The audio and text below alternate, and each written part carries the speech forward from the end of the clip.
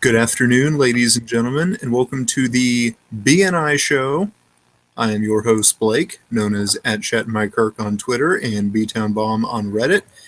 And we are joined by Isaac, who is known as @ShutUpIsaac_ on Twitter and ShutUpIsaac on Reddit. How you doing, Isaac? I'm doing good. Leafs won last night. How are you doing? The Leafs did win last night. The Canes lost last night, so yeah. Other than that, I'm very cold. It's finally cold here. I'm decked out in full warm clothing. That sounds like you're warm over there. I'm trying. All right. We begin with the NHL Quick Hit section. We have news from the NHL All-Star Game, which this season will be taking place in Nashville, Tennessee at the Bridgestone Arena. We do have big news for you regarding that event already here towards the end of November. And Isaac has news of more rumors as well. We'll start with the NHL All-Star Game news and a big format change.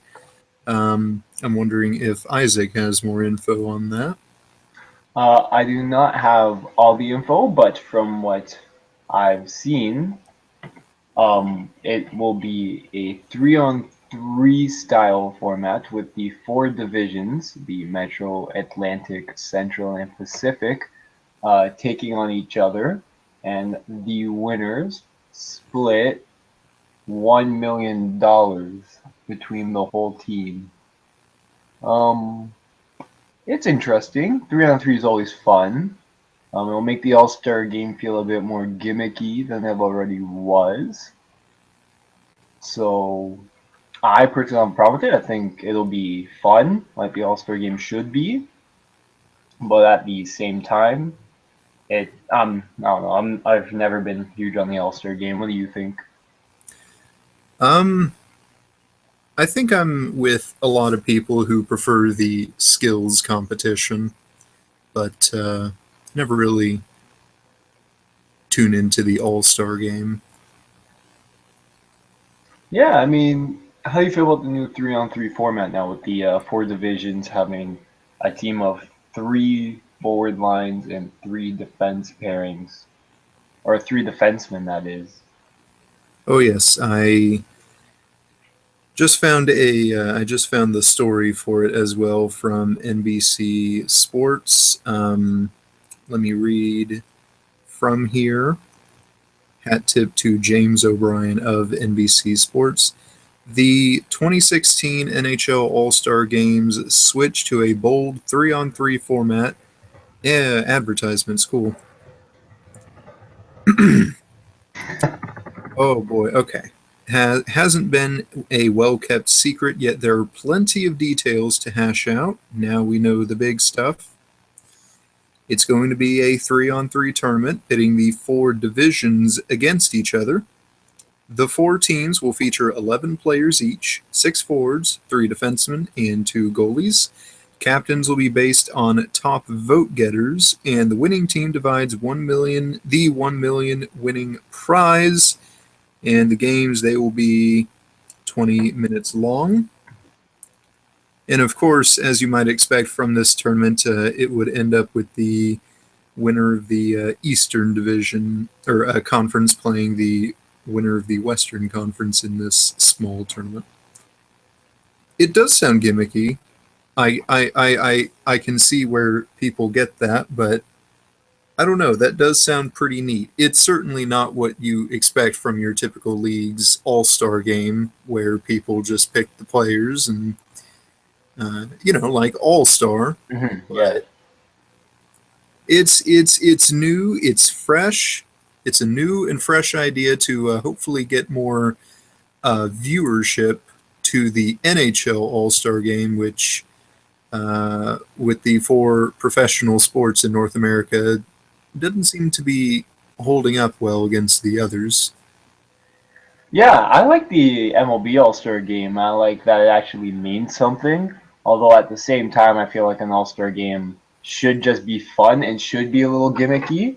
but the MLB All Star Game is my favorite there. Um, I'm gonna ask you something else now. Who do you think on the Blues is going to make the All Star team, the Central All Star team? That's a good question. If it's if it's going to be a team just comprised of Central Division players, that certainly narrows the field there. However, of course, you got to go with Vladimir Tarasenko. He's got to be an NHL All Star for sure. Now, I've been hearing a lot of people throw Allen before the before Tarasenko's name. Well, I can see, I can see why. When you see the Central Division right now, when you see the goalies in the Central Division, there really aren't very many that sticks out more than Jake Allen as of late. Yeah, it makes sense. Because I was thinking about it, and I was thinking about who on the Leafs would make the Atlantic All Star team, and I can't think of anybody. Probably Morgan Riley as a defenseman, but that would mean he's one of the three defensemen in a league that has Subban and Carlson and Chara, who I don't think would make it on a 3-on-3 team, but Boston, and there's a lot of good defensemen in the Atlantic, and I'm sure I'm forgetting some, but it's on a team like the Leaf, we don't really have an all-star now that Kessel's gone, so I'll that'll throw, be I'll, interesting to see who makes it. I'll throw James Reimer's name into the mix there and see what your reaction is to James Reimer, perhaps his chances of being on that team. Well, you say that, but then you look at the goalies in the Atlantic, and starting goalies, you have Price in Montreal, who's almost a lock, unless he has another one of those lower body injuries, which he always seems to have. You have Tuukka Rask in Boston. You have Robin Lehner in Buffalo, James Reimer in Toronto, Jimmy Howard / Peter Mrazek in Detroit, and Craig Anderson. Oh no, but Craig Anderson in Ottawa, Ben Bishop in Tampa, and Roberto Luongo in Florida. So the division is pretty good for goaltending. I wouldn't see Reimer make it over somebody like Luongo, Price, Luongo, Rask, Price, Rask, just those guys. Ah, yes, that's a very good point. Uh, very deep Atlantic Division in terms of goaltending depth as well. And lastly, you did mention Morgan Riley, perhaps being the one that has the most buzz for making this team. Morgan Riley happening to be a defenseman. Just to round out this unit, looking at the forward unit for the Leafs right now, who do you see having the most chance from that unit to making this team? James Van Riemsdyk would probably be the name, solely based off the name alone, because I think Leo Komarov is only a couple points behind him in the season, and Komarov in the All-Star game would be hilarious and fun. I don't see it happening, though, unless he was somehow voted in, but I don't see that happening. Nazem Kadri just scored his second game of the season last night, so odds are it won't be him unless he goes on a crazy hot run.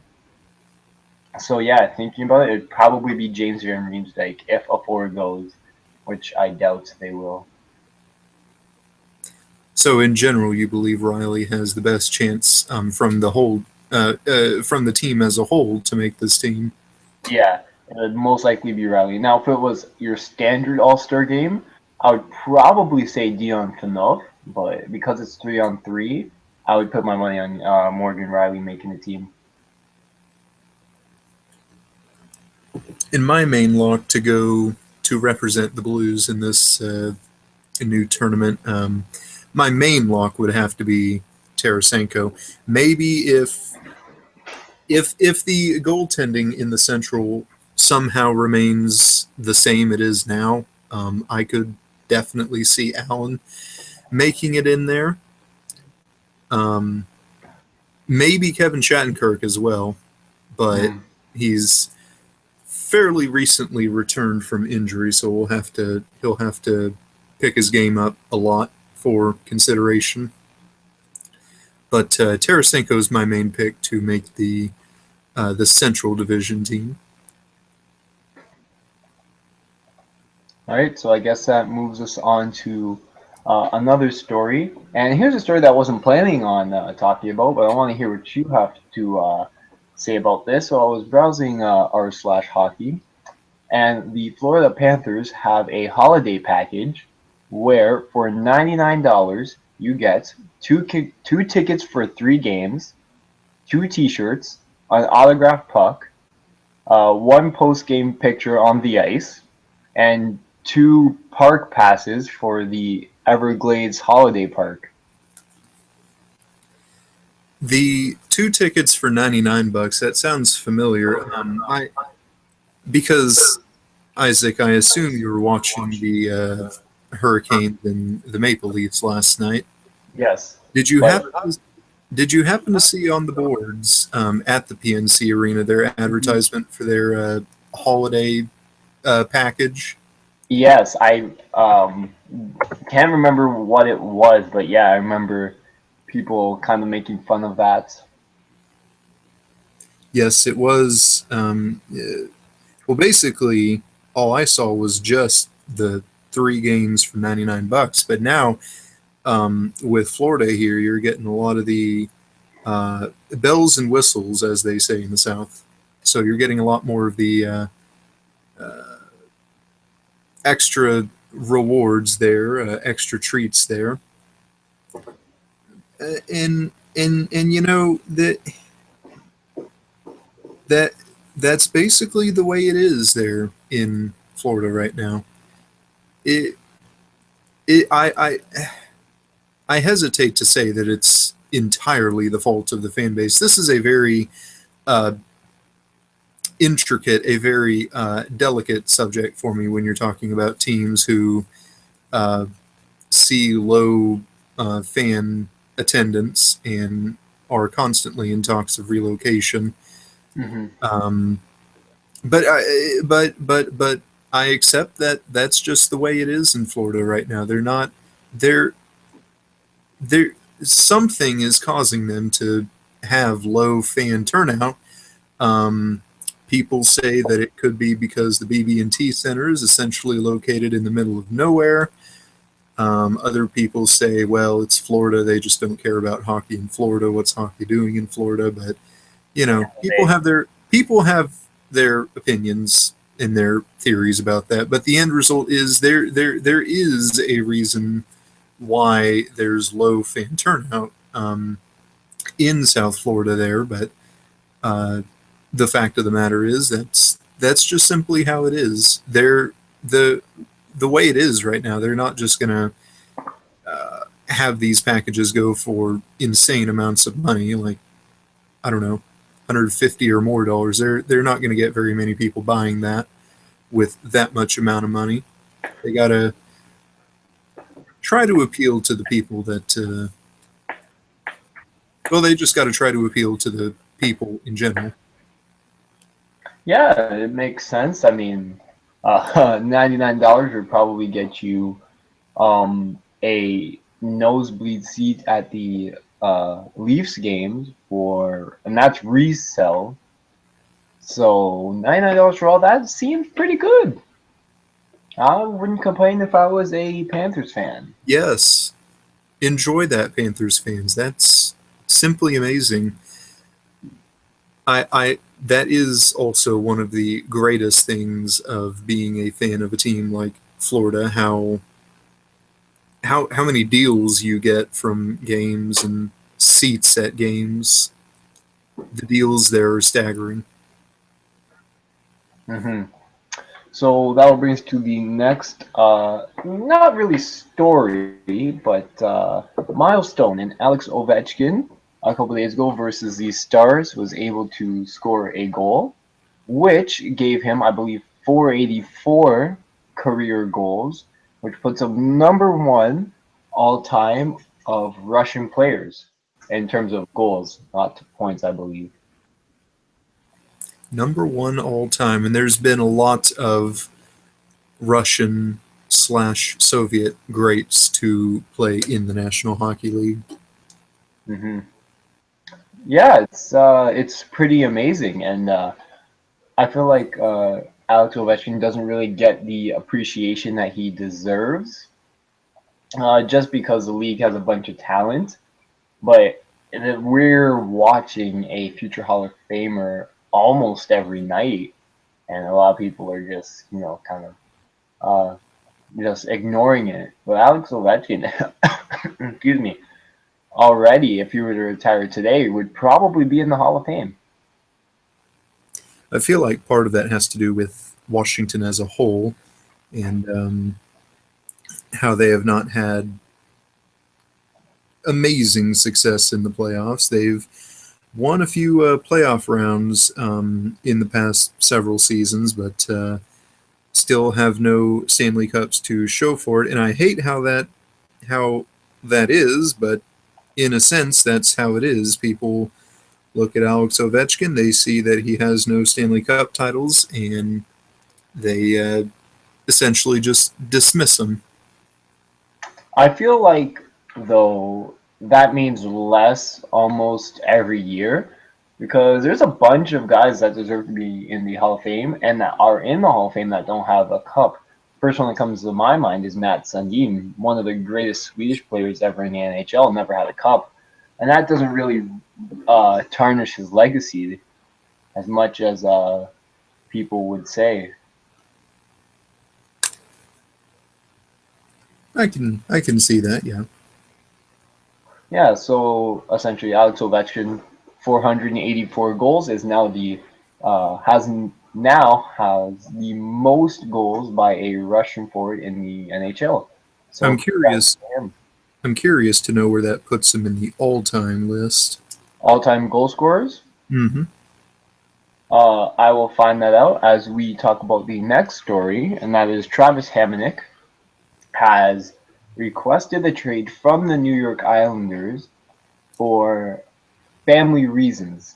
That is his reasoning. He hasn't said what those family reasons are, but he said he would like a trade, or the report is he would like a trade to Western Canada, but more so the Manitoba, Winnipeg slash Vancouver area. Interesting.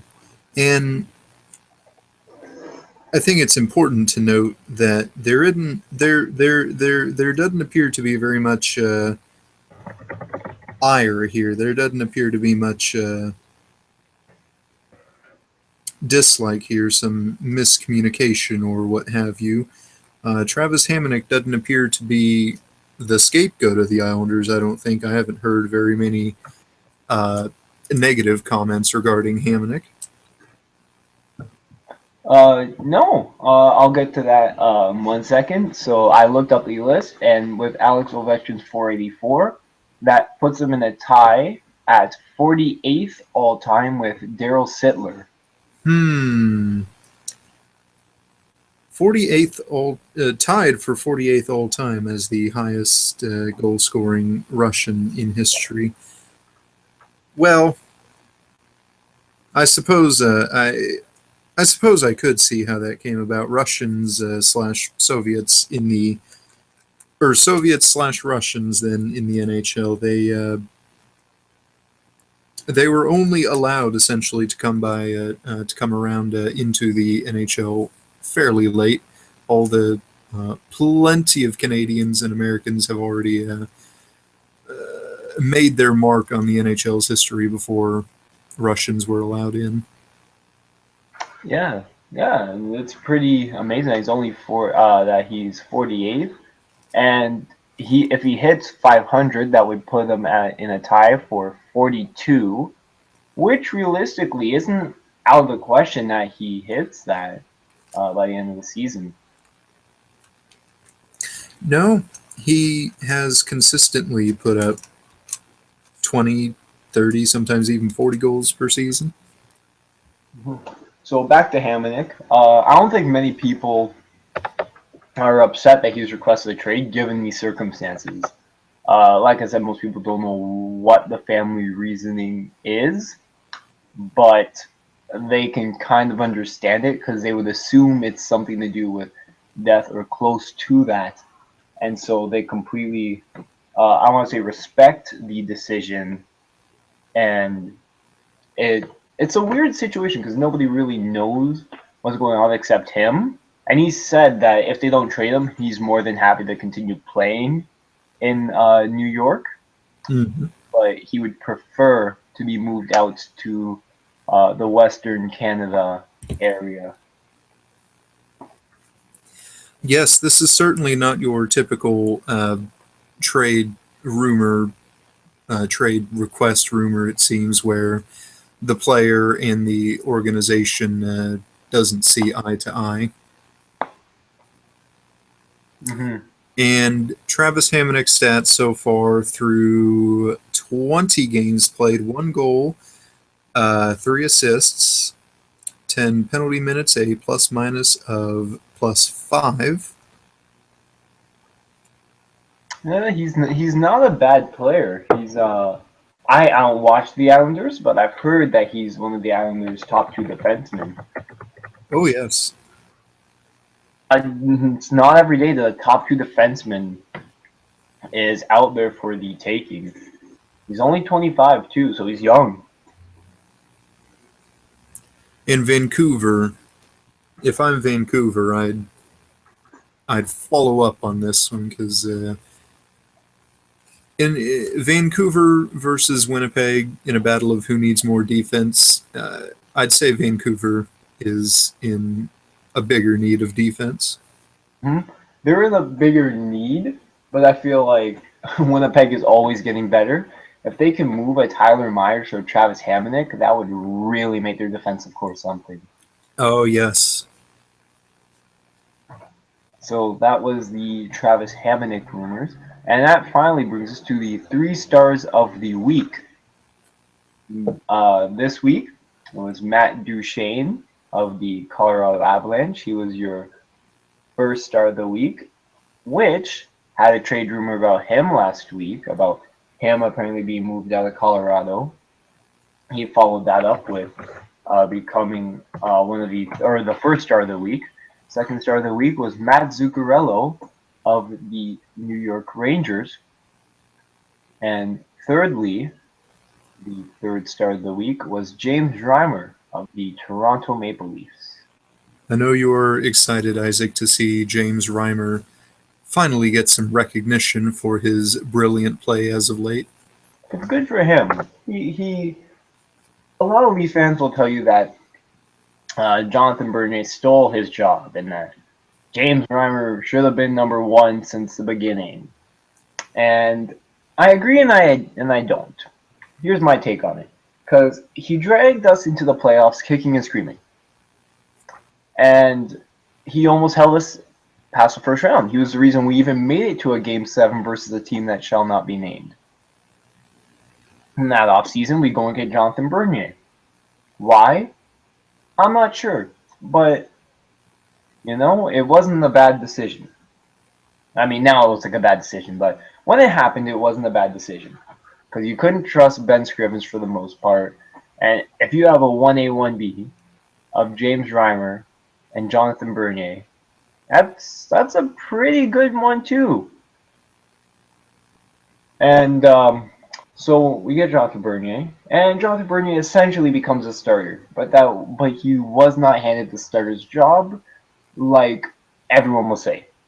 He and Reimer split almost every game for the first couple months of the season in their first year, and Bernier absolutely outperformed Reimer to take the number one job.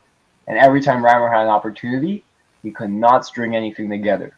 Now, it could be because of his lack of confidence. I'm not sure what was going on up there.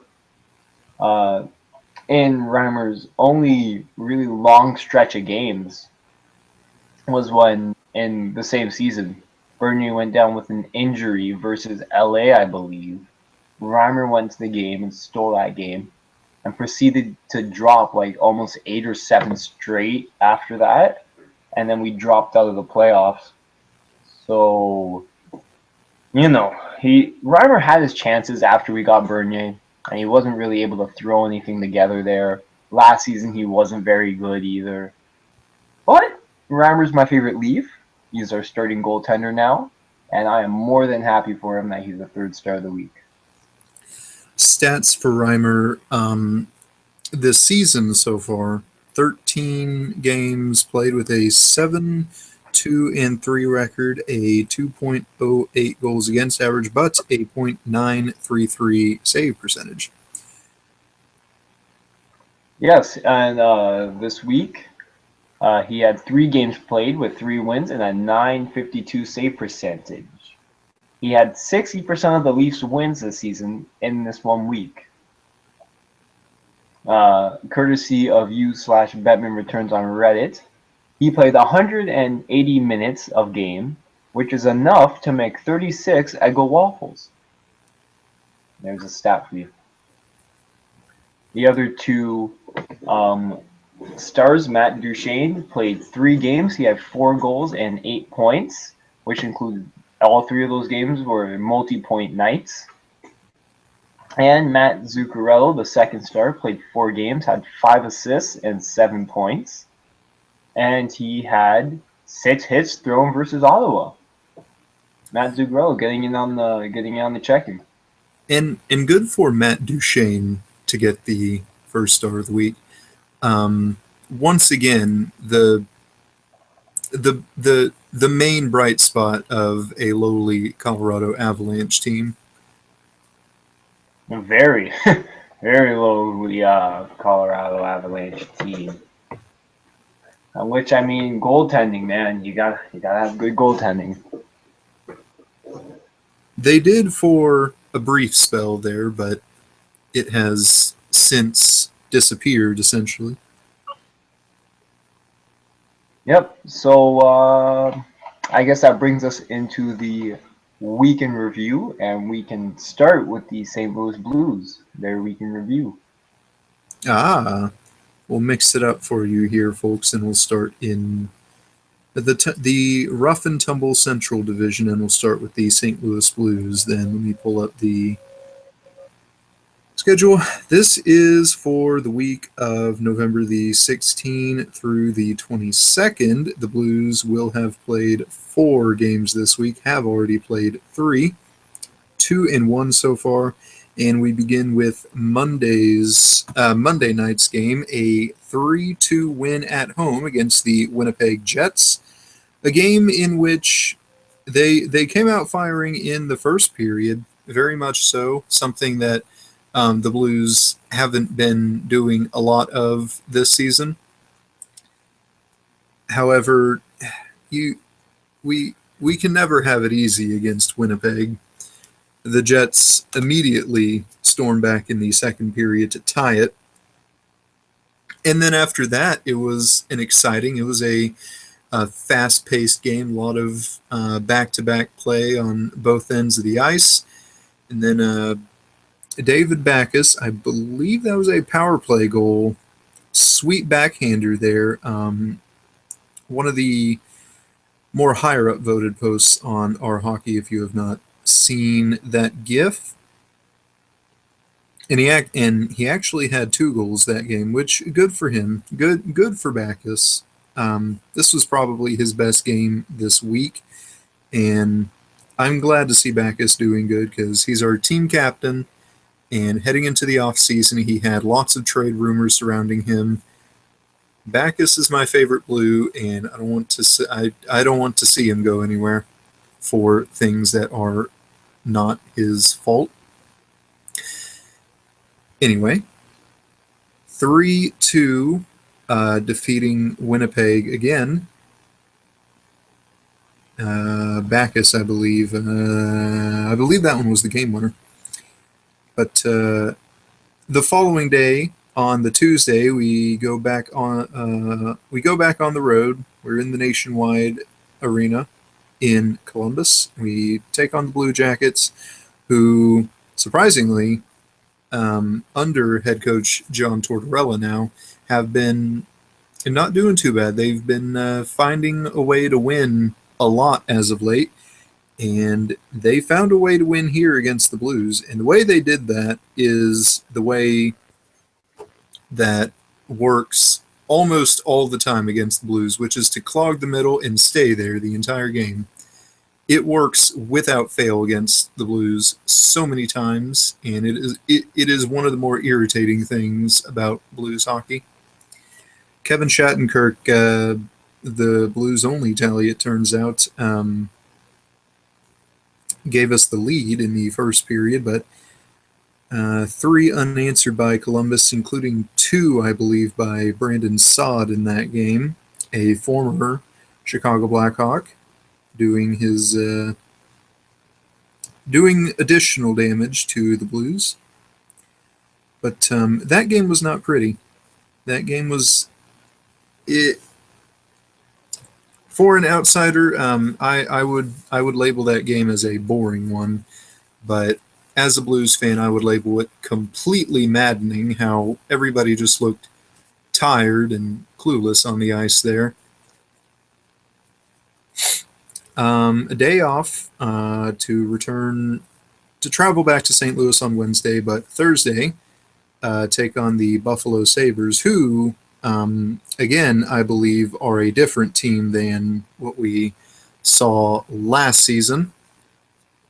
And that was the case this season. It was actually a exciting, tense game there for the most part, and it was a 3-2 Blues victory. It was Kevin Shattenkirk on the power play that gave the Blues the lead, and then Buffalo ties it. Sam Reinhart for the Sabres tied it, and then Vladimir Tarasenko on the power play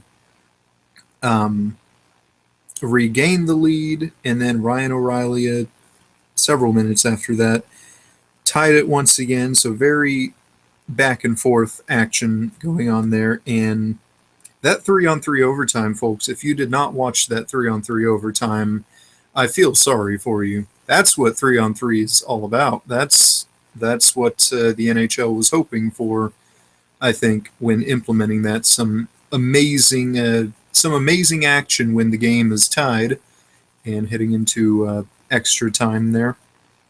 But a lot of back and forth action, a lot of odd man rushes and whatnot. However, neither team scored in the overtime, so we went into the shootout, and Alexander Steen was the only goal scorer for that one. And I have to say, Tyler Ennis was the fourth shooter before that. He missed on a slap shot, which basically it was one of those shots where if you make it, you're a genius, and if you don't make it, you have no idea what you're doing. It was a slap shot that he missed way high up, must have went into the fifth row or whatever. And then after that, Steen scored, and then Kane, a save by Allen, and got the Blues the win there. Tonight, which I'll go more into detail in the weekly preview, we have the Detroit Red Wings coming into town, 7 o'clock Central Time start, but I'll go more into that one in a bit. Unless Isaac has follow-up questions, that concludes the Blues Week in Review. What was the worst moment of this week? Everything in the Columbus game. Everything. I'm even amazed at how we were able to put 20 shots on Bobrovsky. I mean, Columbus is like that all-star team now, right? They have guys doing things and stuff. They do have guys doing things and stuff, yeah. Yeah, so yeah. No, I don't have any more questions for you now.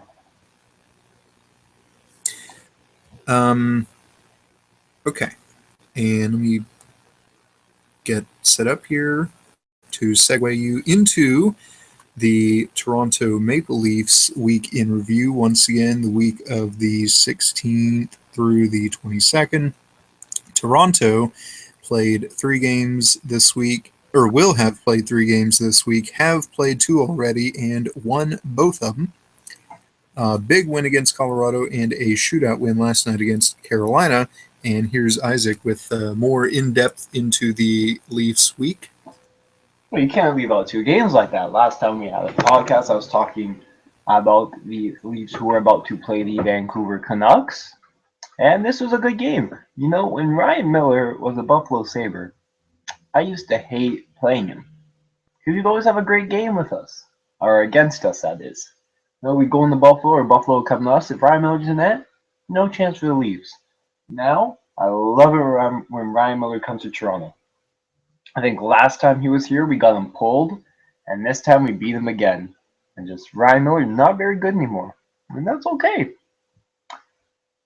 This game started off with James Varinsdijk scoring in the first. He is hot right now. Another guy who's hot, Pierre-Alexander Parenteau, had a power play goal in this game.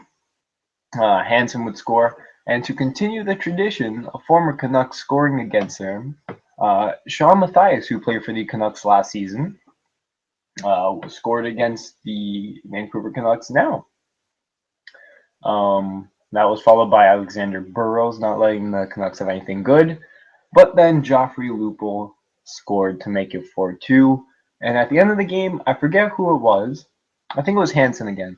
They came in, they scored, but Asadim was offside, and the refs talked about it for a bit. And then they're like, nah, we're not going to count it. So they took the goal back. And that was with 2 seconds left in the game. So it didn't matter. I think the refs just wanted to take something away. So Leafs ended up winning in that game by a score of 4-2. James Reimer faced 45 shots in that game. So he had a great game there.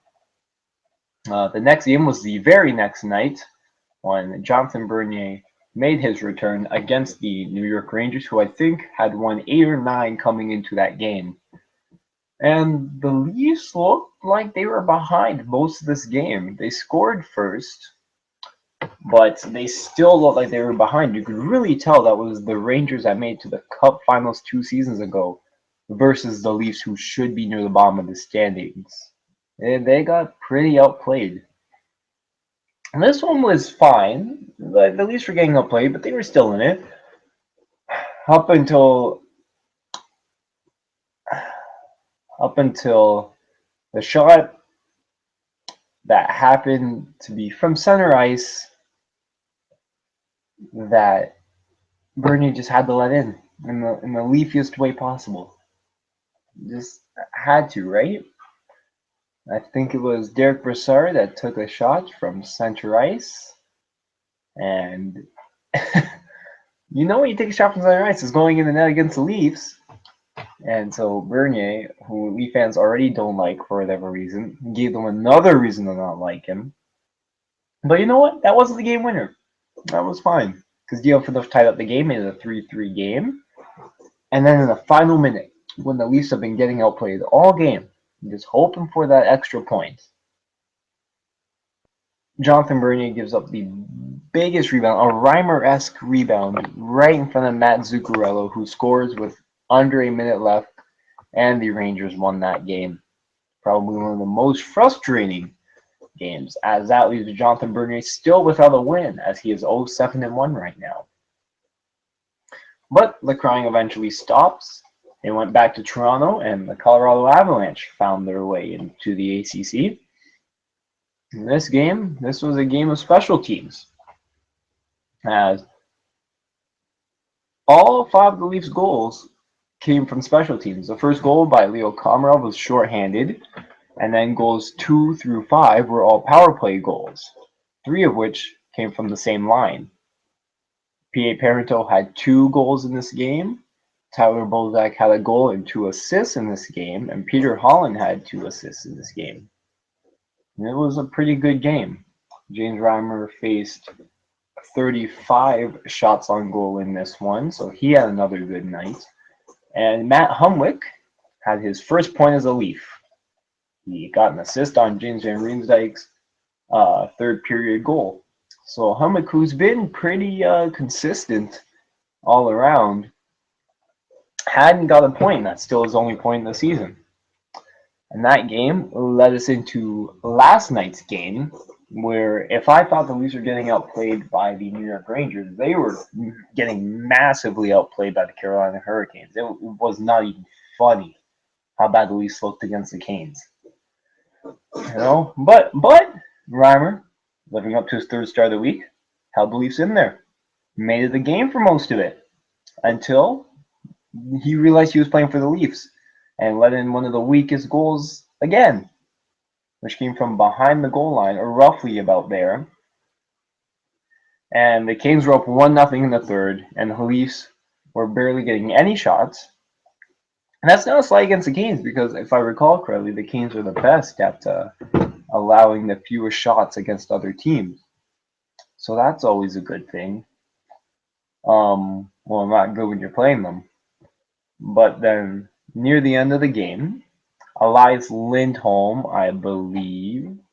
Yes, it was Elias Lindholm, who took a delay of game penalty by playing the puck out of the face-off circle with his hand, which put the Leafs on the power play.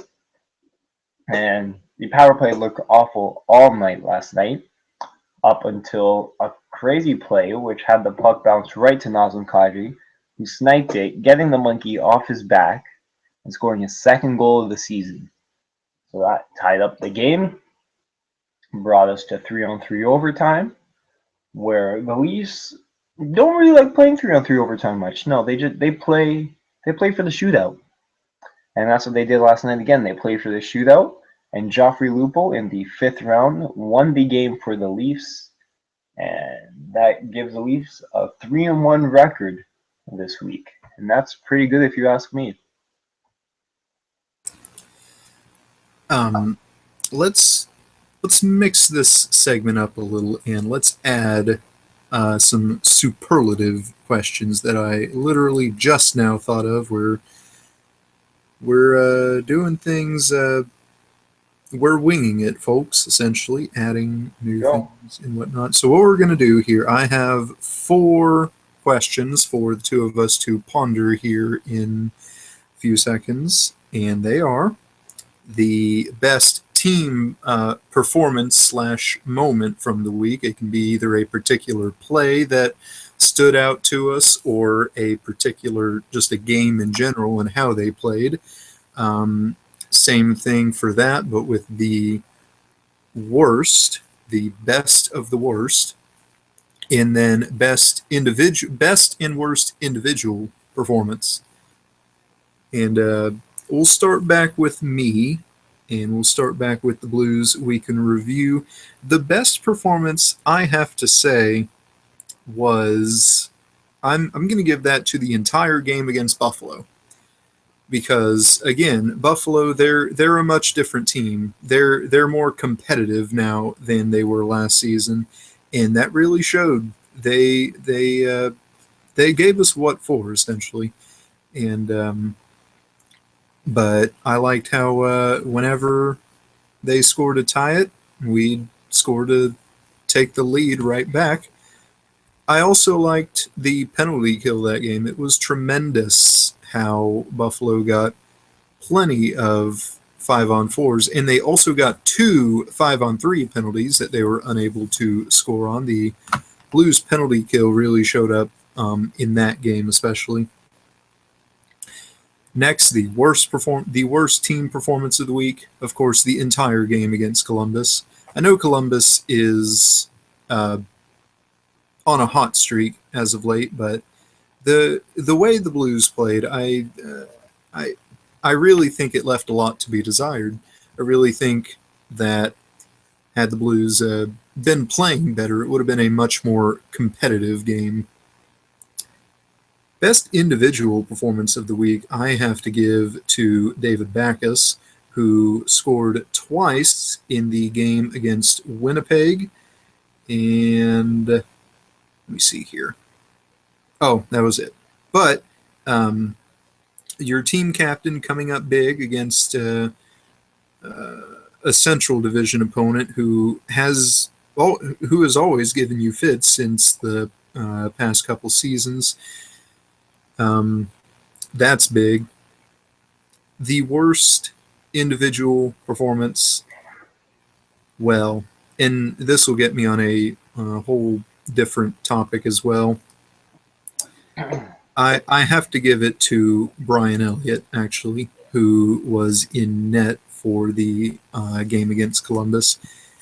It, he, I don't want to say the goals that he allowed were bad, but I think in a way they were certainly savable.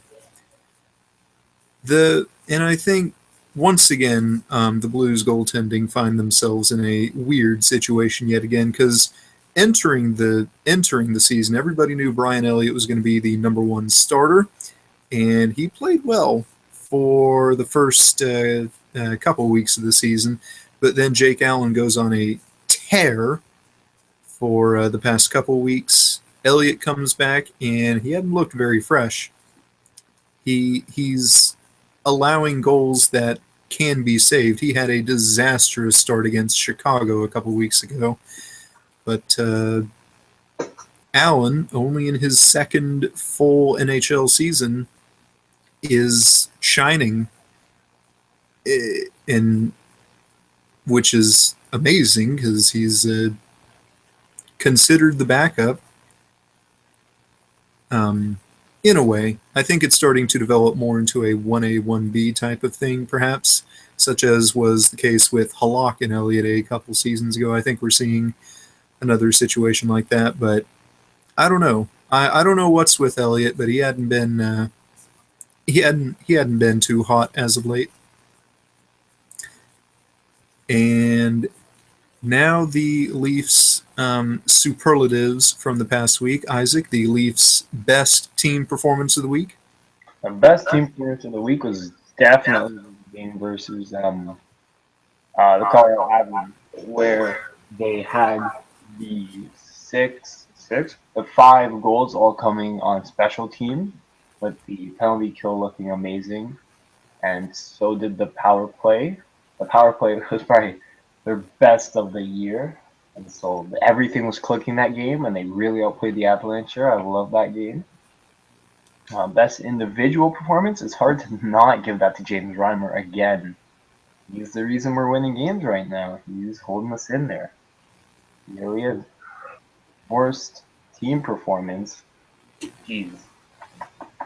Probably the game last night. I was debating between that and the game versus the Rangers. But last night was boring to watch. I was falling asleep during that. I just could not get into that game.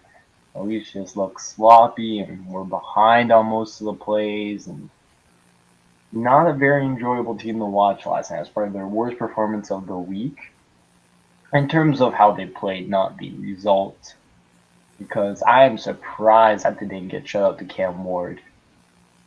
Because I was saying that Cam Ward is probably going to shut out the Leafs.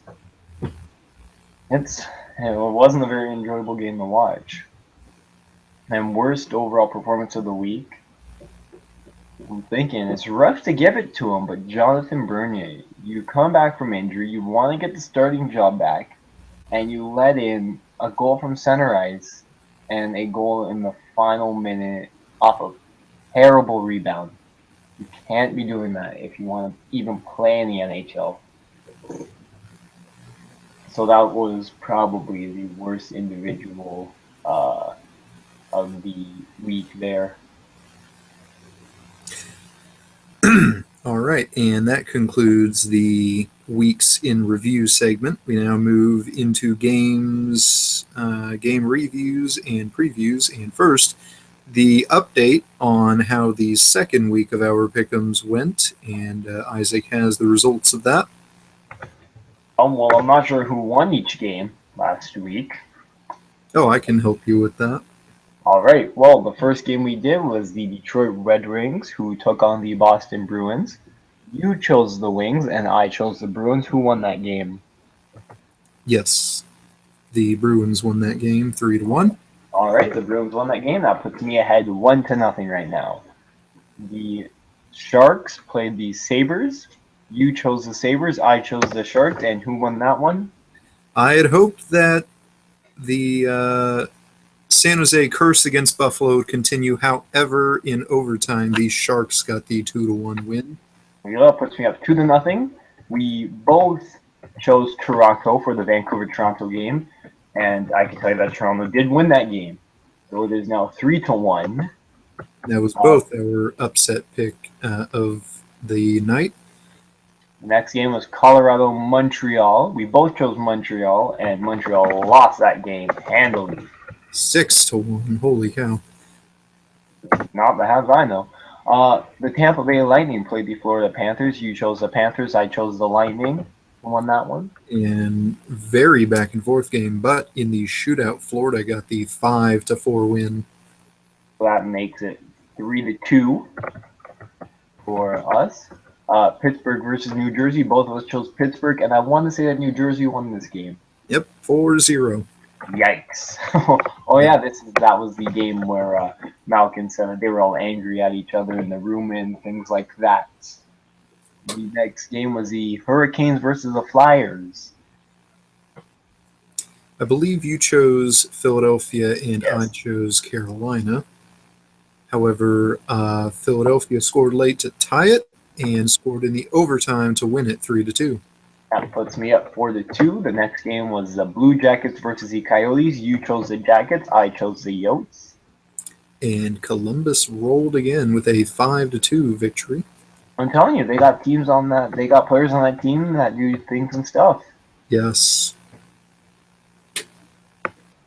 The next game was Winnipeg-Nashville. We both chose Nashville. And the Predators scored a touchdown, folks, 7-0 over the Jets. Really? Yes. Jeez. Okay.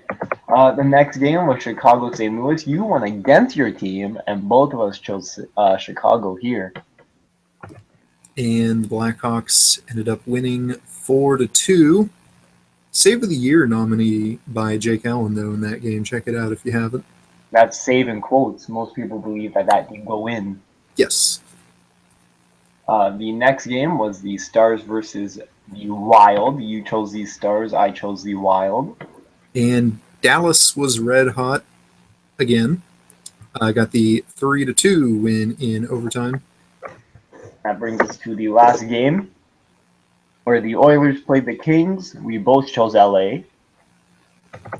And closer than I thought it was going to be. LA got the edge in shots 28-25 and got the win 4-3.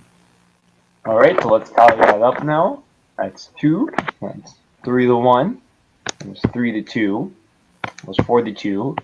4-3. 5-4. 6-5. Oh boy, 6-6, and it looks like we tied 7-7, unless I counted wrong. It looks like happened there. When I was counting, I noticed I had 2 wins, 2 extra wins for you because I didn't remember who picked between Columbus and Arizona. So it should be that you won by 1 game then, I believe. I'm going to do a recount right here. All right, we're doing this live. So I won between between Boston and Detroit. That's 1-0. Mm-hmm. And then San Jose versus Buffalo. I won that one too. And then Vancouver versus Toronto. Both of us got it there.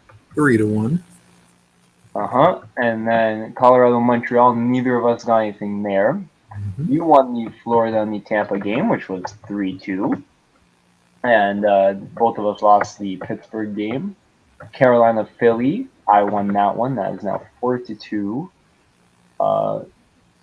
Columbus versus Arizona. You won that one. That is 4-3.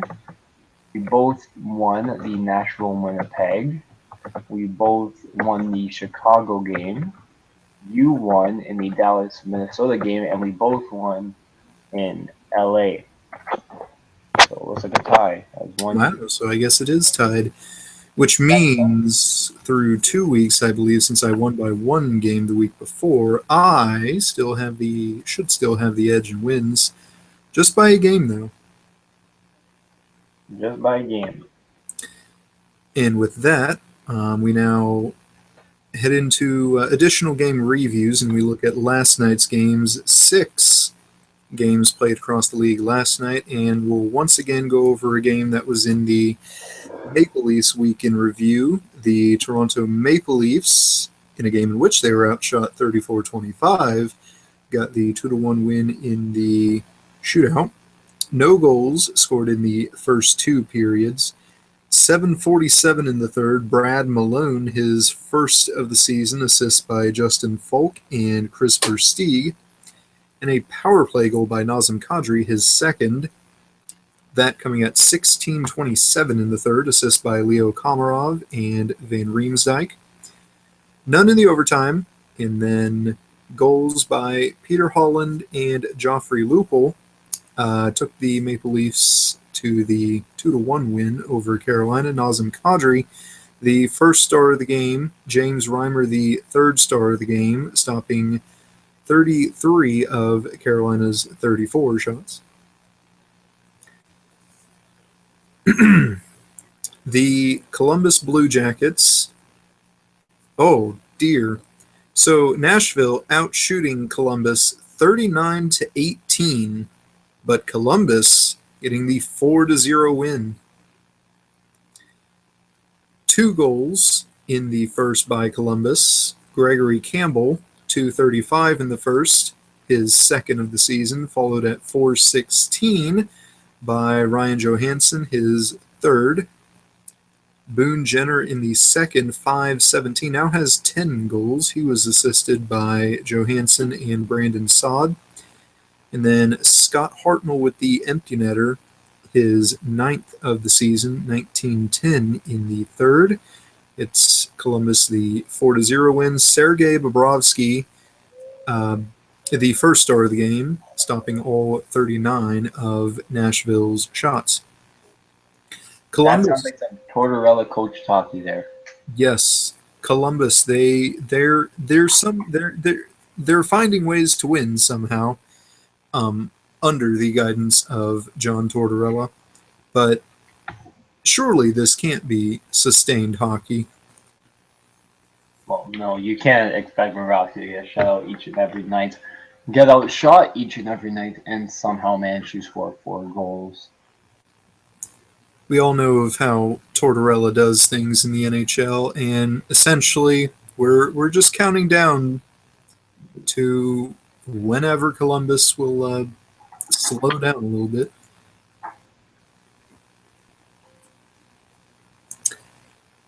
The Detroit Red Wings played host to the Los Angeles Kings. Outshot 37-29, but got the 3-2 win. 2 teams trading goals in the first, a power play goal by Tomas Tatar, his 6th of the season, followed by a shorthanded goal at 16:21 by Jeff Carter, his 8th of the season. 2 goals by the Red Wings in the second. Mike Green gets his first as Red Wing, unassisted. That one at 3:45 in the second. 6:08 in the second. Dylan Larkin now with his 7th goal of the season. Jeff Carter scores again in the second. 10:43, assists by Tyler Toffoli and Muzzin. However, no goals in the third, leaves the score at 3-2. It's the Red Wings the win. Peter Mrazek, the first star of the game, stopping 35 of the Kings' 37 shots. Jeff Carter with the shorthanded goal and a goal in the second star of the game. So Detroit, fairly up and down, I'd say, and they get a good win against a surging Kings team, I guess you could say. Mm-hmm. Detroit's in the Atlantic. The Atlantic is arguably the worst division there. You can make a case for them or the Pacific. And the thing is, with the Atlantic division, is that between the Leafs, Sabres, well, maybe not the Leafs, but between the Sabres, Sens, Red Wings, Panthers, all four of those teams can just switch spots every couple of days. And one day you can be second in the division, and then the next you'll be almost dead last in the division. I was making a joke the other day saying the Leafs are 3 points off a playoff spot and are last in the division. So that's how you know your division is bad. And so with the Wings, it's weird because if they keep this up, one team just has to go on a hot streak, and they're missing the playoffs for the first time in 24 years or so. So I feel like the Wings, if they want to continue making the playoffs, which I would assume is their goal, obviously, it would be don't overreact and maybe add a couple more pieces. I don't know what they need, but they're in a weird division. They're in a weird spot too, where it's maybe like win one, lose one, win two, lose one, something like that. So it's weird. It's weird, and they're an interesting team to follow right now. And the Kings, on the other hand, so they had a disastrous end to last season. They had a rather peculiar offseason marked by the interesting acquisition of Milan Lucic. They didn't have the best start to the season, but now behind Tyler Toffoli and especially and Jeff Carter, they're finding a way to win, and they're surging up the uh, Pacific Division standings.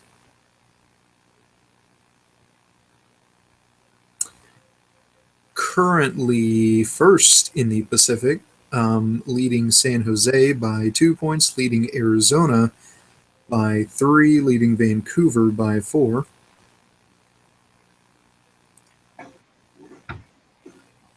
Oh, let me get back to the scores here. Okay. So, Isaac, a game that surely you followed. Let me look here real quick. Okay. So, Montreal, as of late, Mike Condon had been cooling down, it seemed. Well, yes, let's. He went ice cold. Ice cold, yes. And Montreal struggled with that. However, Carey Price finally made his return from injury last night against the New York Islanders on the road against New York and led Montreal, backstop Montreal, to a 5-3 win, with the Islanders getting the edge in shots 36-28. 4 goals scored in the first, 3 by Montreal. Jeff Petrie, his second, at 2:52 in the first. 11:57, Brock Nelson ties it, his 7th of the season, assist by Tavares and Okposo. Excuse me. Tomas Fleischmann, his 6th of the season at 12:32. And at 18:17 in the first, Nathan Bolio, his 2nd of the season. Makes it 3-1 Montreal heading into the second. The two teams trading goals in the second. Travis Hamonic gets his 1st of the season. Assist by Franz Nielsen and Anders Lee. 14:49 in the second. The Hamonic goal coming in just 39 seconds into the period. And then 14:49 into the second. Petrie again, now his 3rd of the season. And the two teams trading goals once again in the third. Brock Nelson, his 8th at 7:25. And the empty netter by Brendan Gallagher seals the deal, his 9th of the season.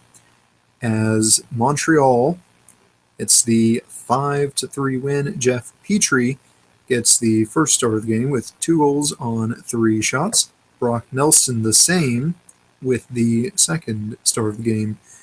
But Montreal, they have Carey Price back, and they are now 1-0 in his return, Isaac.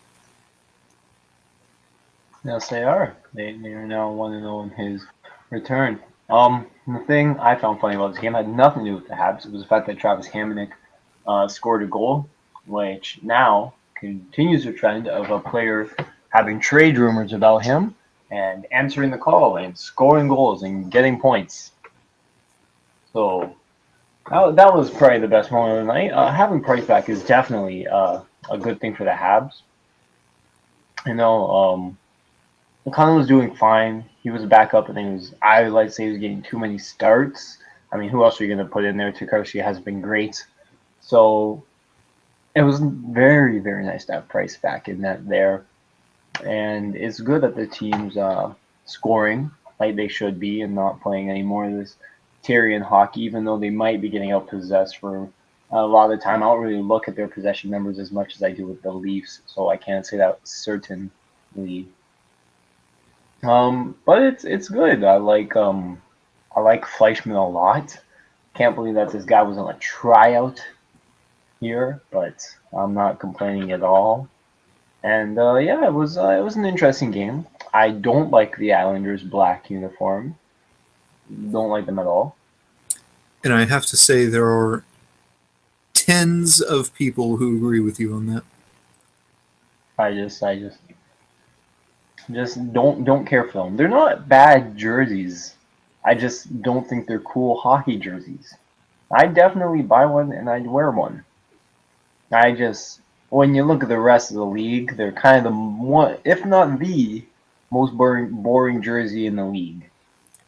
I think that's the issue with people comparing them to other jerseys and all of the uniforms in the league. I think that's why it gets a lot of flack. But by itself, it isn't too bad. I like the idea of the solid jersey. Yeah, similar to the Boston Bruins alternate, which a lot of people, they like that one. They don't mind that one. Yeah, and the thing with Brooklyn too is that their teams wear black and white, and there's only so much you can do with black and white. Yes. And so when it's a team like the Islanders, who are only now in the Brooklyn area, going from their blue and orange to black and white, it's kind of a weird thing there. With the Bruins, their jerseys have always had black in them, so it was easier for people to take the change with the alternates there, having it basically almost the same, just without the stripes. But you're going from blue, orange, and white to black and white at the Islanders. It's weird. Weird when it's the Islanders. Yes, very good points there. The Chicago Blackhawks, they have dominated the Calgary Flames so far this season. However, once they did battle in the Scotiabank Saddledome in Calgary, Alberta, it was Calgary's turn. They got the 2-1 win in overtime, and they outshot the Blackhawks 37-19. Both goals, or both regulation goals, scored in the first period. Late in the first period, 15:05 in the first, Sean Monahan got Calgary on the board first, his 7th assist by Chris Russell and Johnny Gaudreau. Shortly thereafter, though, 16:59 in the first, a power play goal by Artem Anisimov, his 8th of the season, assist by Brent Seabrook and Patrick Kane. No goals in the second and third brings us into the overtime period where Johnny Gaudreau, minute 38 into the 3-on-3 overtime, his 5th of the season unassisted. And so, as you usually see occur, by virtue of scoring the overtime goal, Gaudreau gets the first star of the game, but Kari Ramo stops 18 of Chicago's 19 shots. And on the other side, Scott Darling got the 3rd star of the game for the Blackhawks, stopping 35 of Calgary's 37 shots.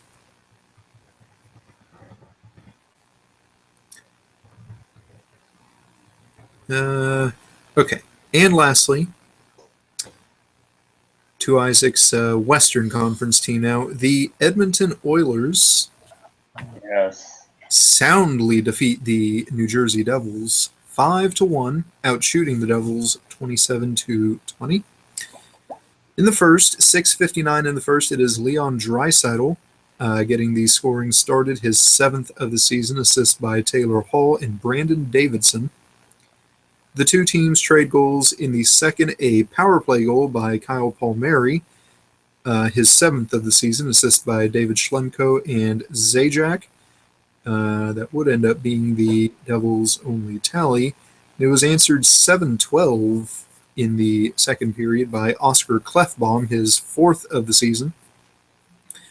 3 goals by the Oilers in the third, a power play goal by Jordan Eberle at 3:23, his 3rd of the season. An unassisted goal by Mark Letestu, his 2nd at 13:18, and then Taylor Hall, his 9th with the empty netter, 17:29 in the third, gets Edmonton the 5-1 win. Leon Draisaitl, the first star of the game, 1 goal and 2 assists. Taylor Hall with the same 1 goal, 2 assists, gets the second star of the game, and Anders Nilsson stopping 19 of the Devils' 20 shots. Domination, or close to it, it seems, by Edmonton. Yeah, I didn't watch the game. I was too tired and bored out from the Leafs game that I didn't get to watch this one last night. So I can only go by what it says there, and I'm happy that Draisaitl continues to produce at the rate that he is producing right now. If you would have told me at the start of the season that Draisaitl would be playing this well, I probably wouldn't have believed you. Given he's a 3rd overall pick, so this should be somewhat expected, but it's kind of a pleasant surprise in the same right too.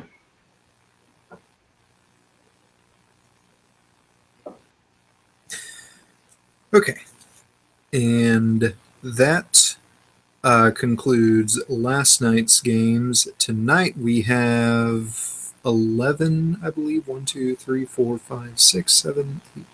Yes, 11 games for you tonight, and only 2 of the 5 teams in which we both follow together are in action tonight, and they are our primary teams. We'll start with Isaac, a 6 o'clock p.m. Central start from the TD Garden in Boston, Massachusetts, the Toronto Maple Leafs and the Boston Bruins. That'll be on the NHL Network for those of you who have the NHL Network. And Isaac, your preview of that game. James Reimer makes a start again tonight after getting the start last night, showing that 1, he's been playing well, he deserves it, and 2, Babcock has 0 faith in Jonathan Bernier to put him in the game. I'm not sure what to expect. I haven't seen much of the Bruins this season. This is the first time this season that the Leafs and Bruins are playing each other, and I like playing the Bruins. They're low-key a team that I enjoy watching, because I know it's cool to hate the Bruins, but they're an interesting team to follow. I don't mind them. This is the Leafs we're talking about. I can never give an accurate prediction as to what's going to happen. What I hope is going to happen is that Kadri will finally continue to produce now that he has the monkey off his back, and he will bring his shooting percentage up. And you know what? I'm going to book it right here, right now. Mark it down, 4:15 p.m. Eastern Standard Time. Nazem Kadri is going to get a hat trick versus the Boston Bruins. Holy cow. I'm going to book that right here. Other than that, I think Rask is starting for the Bruins. So, it's always fun to hear about that story like we have for the past Lord knows how many years about Rask versus Toronto and how he traded him. This is actually the first time the Leafs are playing Boston without Kessel in a long time. So that'll be interesting because Kessel always seemed to have a good game versus the Bruins. And now we don't have that. So who knows? Who knows what we're going to see tonight? And with Kadri, all it takes is 1, and then you're off. All it takes is 1. So there's that. Isaac with the boldest of bold predictions here. And he'll pick that game here in a bit. And we'll also pick this game here in a bit from the Scott Trade Center in St. Louis, Missouri. It is the St. Louis Blues taking on the Detroit Red Wings. 7 o'clock p.m. Central Time start. And I have to say, um, the good news for St. Louis is that Jimmy Howard is predicted to get the start for the Red Wings with Mrazek starting against the Kings last night. It is good because the Blues have always had huge fits with Mrazek not being able to figure him out very well. Howard, on the other hand, is I'd say I would call him consistent. However, consistently average, I believe, is what I would call Jimmy Howard. Um, so some good news there in that we will not be facing Peter Mrazek.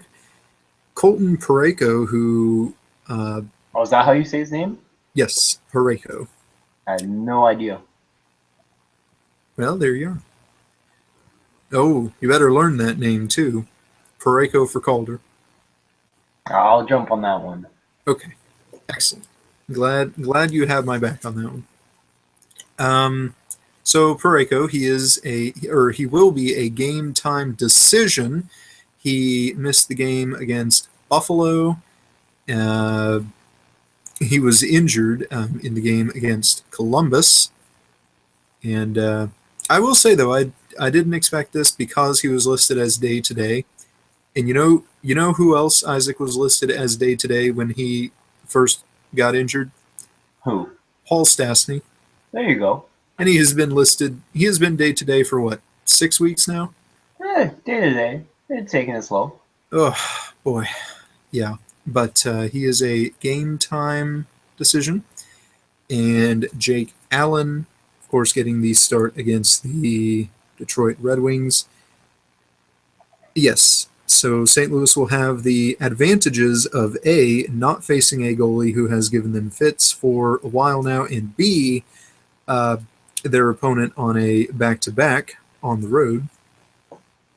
So that'll be an interesting one to watch. Blues Red Wings games are always fun. Alrighty, and we'll start with that one.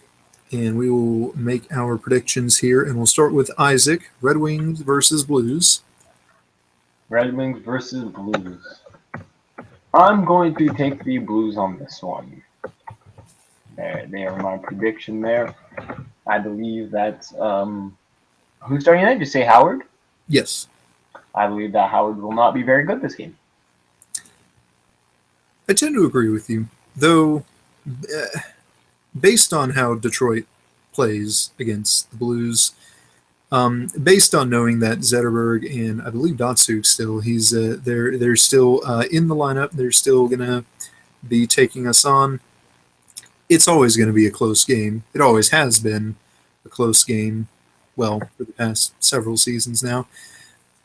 However, I will be inclined to give the edge to the Blues. And I'll add a score prediction in too. I can see a 3-2 Blues win. I see it being pretty close. But I think with the combination of not playing Mrazek and also Detroit being on a back-to-back on the road now, I think that'll play in the Blues' favor, and I will take the Blues in that one. Alrighty. Toronto and Boston, you made the wild, bold prediction of a Nazem Kadri hat trick, but who would win that game? Well, you can't have the way Reimer's been playing, and you can't have a Nazem Kadri hat trick without using your upset pick of the week on the Toronto Maple Leafs beating the Boston Bruins. Interesting.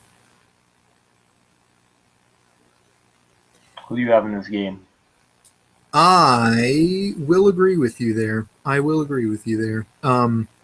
It is a road back-to-back, but Toronto on the first leg of that road back-to-back looked sluggish and sloppy and what have you. So it can't get any worse for them on the second game. Oh, it can. Well, I suppose. But yes,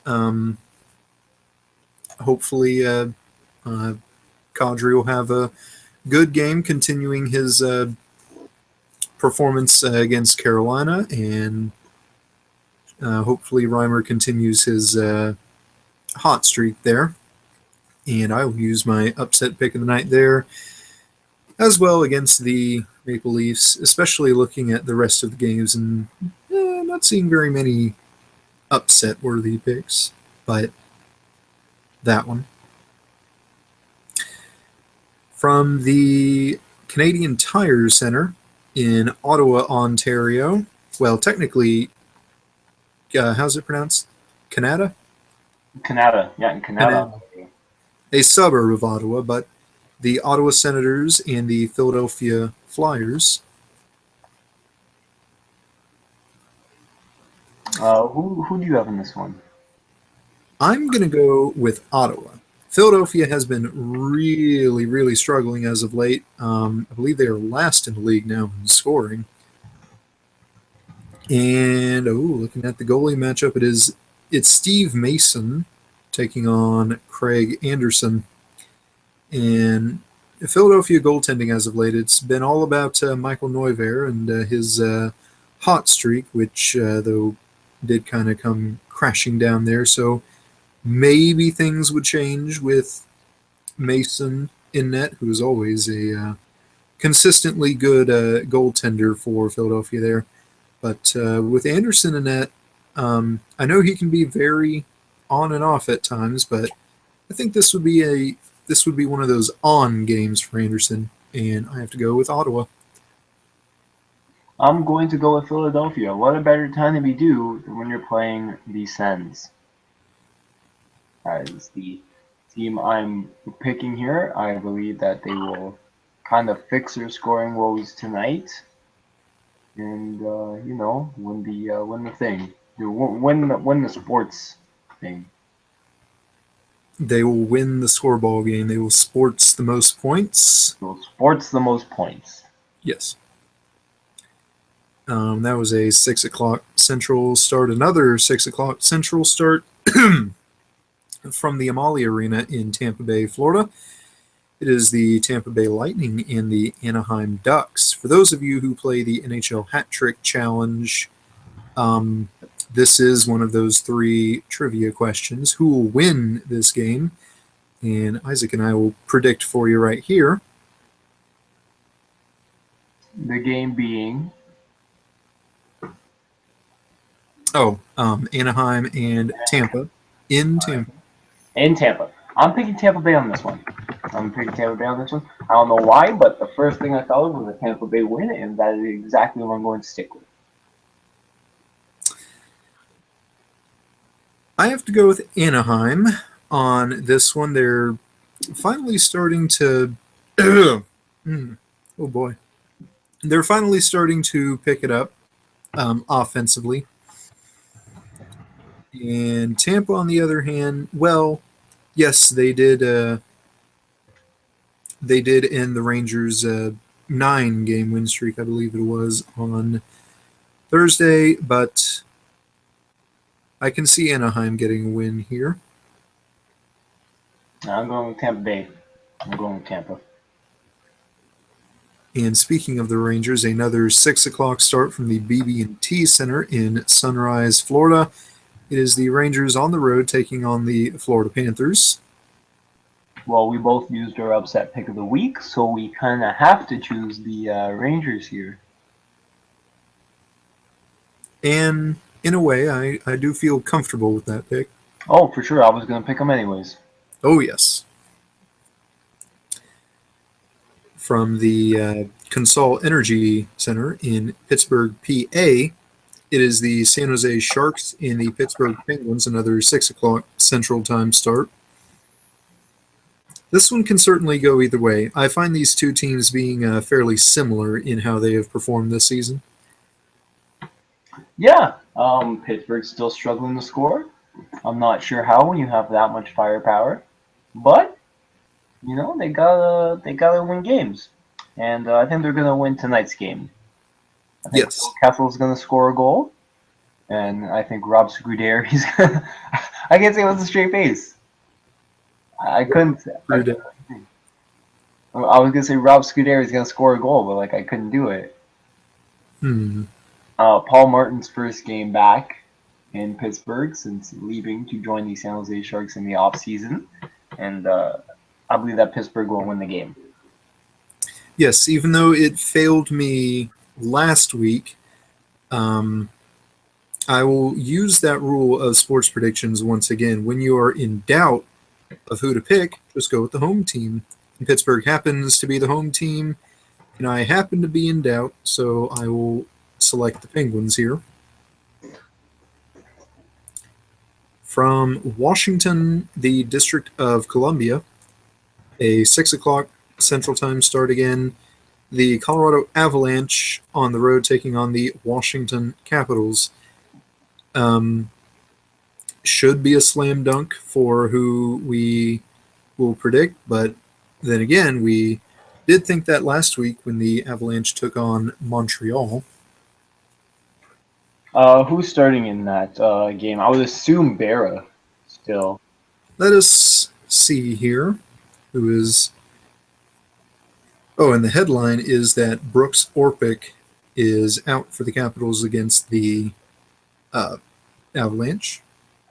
Sustained a lower body injury on the 12th, playing against the Flyers. And he's a big loss for the Avalanche in that game, so keep that in mind. But the goalie matchup, it is Reto Berra taking on Braden Holtby. Will Barrett taking on I'm still going with the Caps. Yeah, I'm still going with the Caps. Yeah, it's hard to. It really is hard to pick Colorado against teams like these.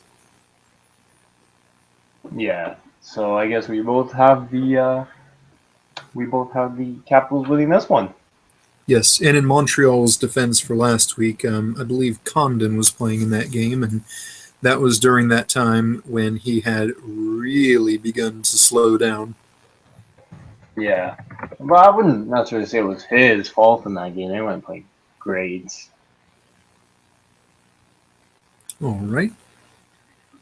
Rounding out the 6 o'clock Central Time starts from the MTS Center in Winnipeg, Manitoba. It is the former Winnipeg Jets, the Arizona Coyotes, Yikes. taking on the new Winnipeg Jets.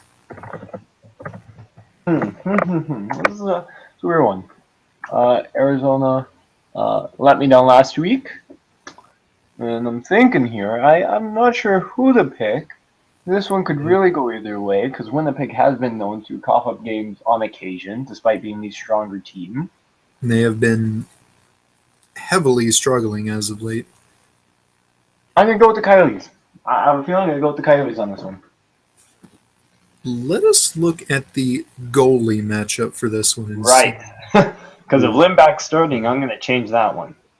No, it is Mike Smith for Arizona. Yep. It is Andre Pavlik for the Jets. Well, that certainly doesn't sway me at all. The Coyotes here. Yes. Yeah. Suppose I could also go with the Coyotes for that one. We're pretty much getting the same picks here. Yes. 2 games starting at 7 o'clock Central Time. From the American Airlines Center in Dallas, Texas, the Dallas Stars and the Buffalo Sabres. The two teams have met previously, with Dallas getting the win against Buffalo, a 3-1 win in Buffalo. Lindy Ruff versus the Buffalo Sabres. Lindy Ruff being the former coach of the Sabres. And I believe Lindy Ruff's revenge version, like however many games they've played now, will take effect. And I am going with the Dallas Stars in this one. How come Lindy Ruff's revenge is a thing that occurs every time the Stars play the Sabres? I don't know. I don't know. I did see that he said before the first game against Buffalo last week that At the least, he prefers Buffalo's weather to the weather in Texas. So there's that. There's more fuel to the fire, I suppose. Something like that. But the Stars, they are red hot, and a lot of people looked at their game against Washington uh, Thursday, I think it was, and saw that as, wow, the Stars, they're finally playing a team that matters. And the Stars beat that team that they finally played that matters. So they continue to be red hot in my book, and they will continue to be red hot here. The Stars should get the win over the Sabres at home. From the XL Energy Center in St. Paul, Minnesota, a Central Division matchup between two quote-unquote fierce rivals, the Minnesota Wild and the Nashville Predators.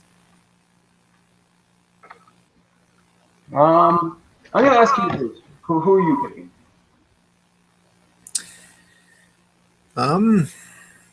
Looking at a couple of things here, I will see that Wild for Jason Zucker will be back in the lineup for the Wild after leaving Thursday's game after taking a slash to his knee by forward Matt Bolesky from the Bruins. And the goalie matchup will be, oh crap. It'll be Carter Hutton for Nashville, and it'll be Devin Dubnyk for the Wild. Oh boy, this one can certainly go either way for sure. Hutton is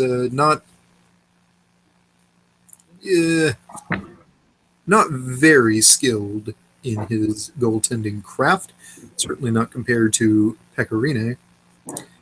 However, Devin Dubnyk slowing down from last season, but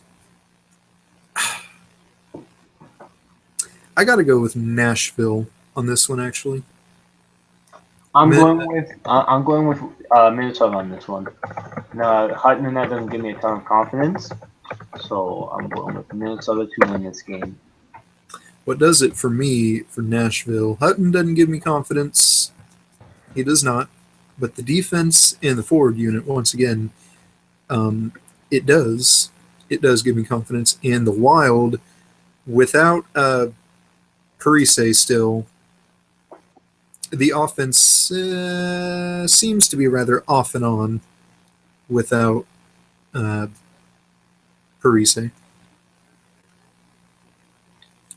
But I suppose I'll be going with Nashville for that one. And the final game from the Rogers Center, I think, in Vancouver, British Columbia. 9 o'clock Central Time started as the Vancouver Canucks taking on the Chicago Blackhawks.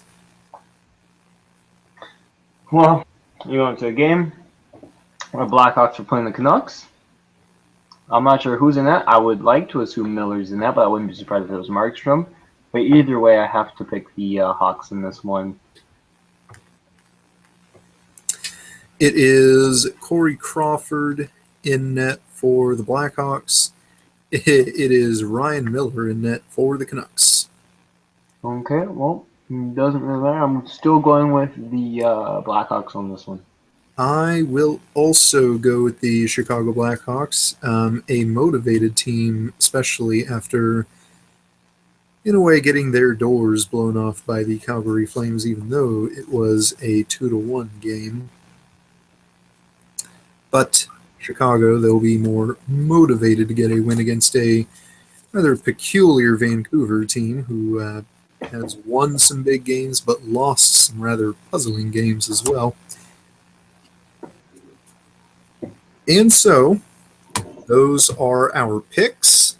And with it being 3:35 p.m. Central Time, we will now be heading into our closing segment.